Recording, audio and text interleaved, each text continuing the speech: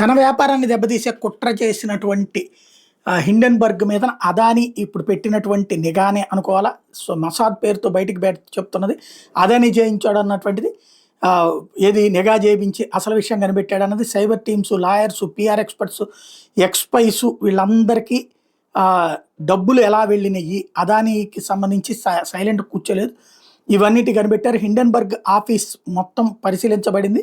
వాళ్ళ secret charts, వాళ్ళ links, వాళ్ళకి సంబంధించినటువంటి డబ్బులు ఎవరి ద్వారా వాళ్ళకు వచ్చినాయి, దాంట్లో ఏ లాయర్లకు వెళ్ళింది, ఏ జర్నలిస్ట్కి వెళ్ళింది, ఏ విదేశీ ప్లేయర్లకు వెళ్ళింది, అలాగే టోటల్గా దేశవ్యాప్తంగా దీన్ని చెడగొట్టడం కోసం అమెరికా, యూరప్, ఆస్ట్రేలియా లాంటి దేశాల్లో ఎవరితో కుమ్మక్కయింది, ఇట్లా ఇండియా దెబ్బతీయడానికి జరిగినటువంటి ప్రయత్నం ఏంటి, ఈ మొత్తం వ్యవహారం కూడా అదానికి సంబంధించినటువంటి వింగ్ కనిపెట్టింది అన్నది కీలకమైనటువంటి అంశం.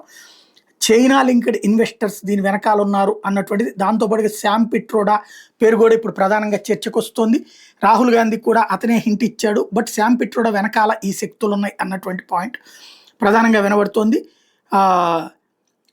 ఇక్కడ oak brook terrace where Mossad found major digital proof, it's all connected అన్నటువంటిది ఇప్పుడు బయటకు వచ్చినటువంటి అంశం.